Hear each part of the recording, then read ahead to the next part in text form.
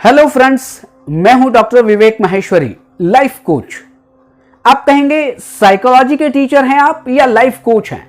जी हां, जब मैं साइकोलॉजी पढ़ाता हूं तो मैं साइकोलॉजी का एक टीचर बन जाता हूं, लेकिन आज मैं आपसे एज ए लाइफ कोच बात कर रहा हूं।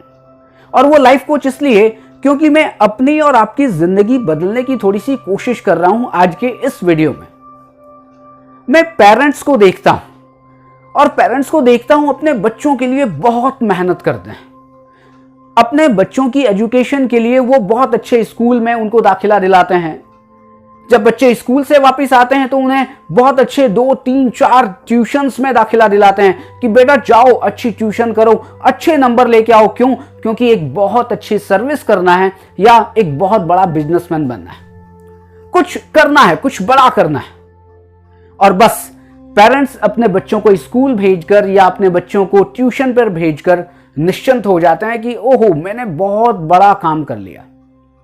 लेकिन दोस्तों, आज मैं उन पेरेंट्स से बात करने वाला हूं कि आप कुछ अधूरा छोड़ रहे हैं। और आप कुछ ऐसा अधूरा छोड़ रहे हैं क्योंकि आप ही कहते हैं कि मैंने अपने बच्चे को बहुत अच्छे स्कूल में दाखिला दिलाया, मैंने अपने बच्चे को बहुत अच्छी ट्यूशंस करवाई, लेकिन वो बच्चा मेरा कहना नहीं मान रहा है। वो बच्चा केवल और केवल अपनी बात मानता है, वो जिद करता है, वो हट करता है और वो कहीं ना कहीं इधर उधर बातों में लगा रहता है। तब पेरेंट्स को दुख होता है और आज मैं वही बात करने वाला हूं। आप अपनी जिम्मेदारी से थोड़ा सा मुंह मोड़ रहे हैं यदि आप पेरेंट्स हैं तो, और वो इसलिए कि आप थोड़ा सा गणित जानते हैं, मैथमेटिक्स। तो आप बनिए की तरह गणित का हिसाब लगाते हैं और वो हिसाब ऐसा है कि 365 दिन होते हैं एक साल में, और 365 दिन को अगर घंटों में कन्वर्ट किया जाए तो 8760 घंटे होते हैं। और एक बच्चा एवरेज 7 घंटे रोज ट्यूशन में या स्कूल में बिताता है। जब संडे भी हो जाता है, हॉलीडे भी हो जाता है या और कोई गर्मी की छुट्टियां भी हो जाती है, मैं एवरेज 7 घंटे की बात कर रहा हूं, तो ये होते हैं 2555 घंटे। वो घंटे जो कि वो हर साल अपने स्कूल में या अपनी ट्यूशन में बिताता है। लेकिन आपने कभी सोचा है कि उसके बाद बचा हुआ समय वो कहां बिताता है? उसके बाद जो बचा हुआ समय लगभग 6200 घंटे वो अपने मोहल्ले में बिताता है, वो अपने घर में बिताता है। आप कहते हैं कि जो 30% टाइम है, मतलब कि 100% का 30% टाइम वो केवल स्कूल में बिताता है, 70% टाइम अपना घर में बिता रहा है। और आप ये कह रहे हैं कि वो 30% टाइम इतना ज्यादा बड़ा है, इतना ज्यादा हैवी है, या इतना ज्यादा उसका अच्छा इंप्रेशन है कि वो इस 70% टाइम के ऊपर भारी पड़ेगा।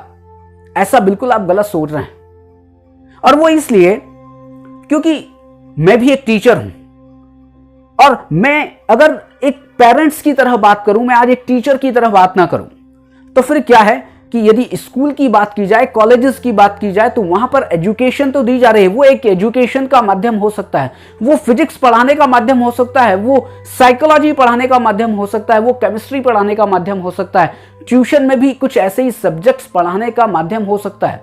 लेकिन आपके बच्चों को संस्कार सिखाने की जिम्मेदारी किसकी है?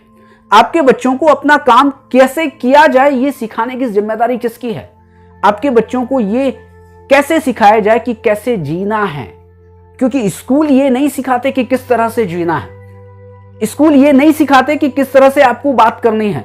स्कूल तो केवल एटिकेट सिखाते हैं, स्कूल तो केवल मैनर्स सिखाते हैं। लेकिन उन मैनर्स के पीछे वो सारे के सारे इंडियन कल्चर के जो भी मैनर्स हैं उनको हम भूल जाते हैं। केवल good morning, good evening, good afternoon और गुड नाइट या हाय हेलो हम पर्सनालिटी डेवलपमेंट की बात करते हैं। लेकिन आज बहुत ही इंपॉर्टेंट मुद्दे पर बात करने आया हूं आपसे। वो ये है कि केवल स्कूल या ट्यूशन भेजकर आप निश्चिंत ना रहें। अब क्या करना है? करना यह है कि आपको केवल 3 काम करना है। 3 काम क्या करने हैं? पहला काम यह करना है कि आप अपने बच्चों के साथ क्वालिटी टाइम स्पेंड करिए। आप कहते हैं मैं तो अपने बच्चे के साथ रहता हूं, अपने बच्चे के साथ बहुत सारा टाइम स्पेंड करता हूं, मैं क्वालिटी टाइम स्पेंड करने की बात कर रहा हूं। जनरली आप घर में देखते होंगे कि बच्चे भी घर पर हैं, पेरेंट्स भी घर पर हैं और आपके पेरेंट्स भी घर पर हैं, मतलब कि ग्रैंड पेरेंट्स भी घर पर हैं। लेकिन कुछ बच्चे हैं वो अपने गैजेट्स को लेकर बैठे हुए हैं, आप अपने मोबाइल को लेकर बैठे हुए हैं, आपकी पत्नी अपने मोबाइल को लेकर बैठी हुई है और सब अपनी अपनी जगह पर अपना अपना काम कर रहे हैं, लेकिन आप इमोशनल बॉन्डिंग की बात तो कर ही नहीं रहे। आप तो एक दूसरे से दूर होने की बात कर रहे हैं कि अपने अपने काम में लगे हुए, लेकिन घर का मतलब क्या है, एक फैमिली का मतलब क्या है? फैमिली का मतलब है इमोशनल बॉन्डिंग। और आज इसी इमोशनल बॉन्डिंग की कमी है। आपको आज पता नहीं चलेगा, लेकिन बाद में जाकर पता चलेगा कि जब आपके बच्चे बहुत बड़े हो जाएंगे और इमोशनल बॉन्डिंग आप में और आपके बच्चों में नहीं रहेगी। इसके लिए क्या किया जाए? इसके लिए किया जाए कि जब आप घर पे रहें, आप मान रहे हैं कि ये क्वालिटी टाइम है, तो आपके पास भी मोबाइल ना हो, आपके बच्चों के पास भी मोबाइल ना हो, आप भी टीवी ना देख रहे हो, एक साथ बैठकर खाना खा सकते हैं क्या? आप लंच कर सकते हैं क्या? आप डिनर कर सकते हैं क्या? अगर चलिए लंच डिनर दोनों नहीं कर पाए, थोड़ी देर के लिए बात कर सकते हैं क्या? केवल थोड़ी देर के लिए बात करेंगे, उससे क्या होगा कि आप में इमोशनल बॉन्डिंग डेवलप होगी। आप उन बच्चों के साथ कैरम बोर्ड खेलिए, आप उन बच्चों के साथ सांप सीढ़ी खेलिए, आप उन बच्चों के साथ कुछ और मजाक करिए, थोड़ी सी मस्ती करिए, लेकिन हाँ मस्ती करिए, लेकिन अपनी अपनी जगह पर बैठकर केवल गैजेट्स के साथ मस्ती मत करिए, गैजेट्स के साथ मत खेलिए, एक दूसरे के साथ बात करिए। इससे सबसे बड़ी चीज ये होगी कि इमोशनल बॉन्डिंग बनेगी और बच्चों में जो भी क्वेश्चंस आ रहे हैं, क्योंकि बच्चों की आप फिजिकल नीड्स तो पूरी कर रहे हैं, लेकिन साइकोलॉजिकल नीड्स को हम पूरा नहीं कर पा रहे हैं। और साइकोलॉजिकल नीड्स को पूरा करने के लिए, उस इमोशनल नीड को पूरा करने के लिए आपको उनके साथ बैठना जरूरी है, आपको उनके साथ एक इमोशनल बॉन्डिंग बनानी बड़ी जरूरी है।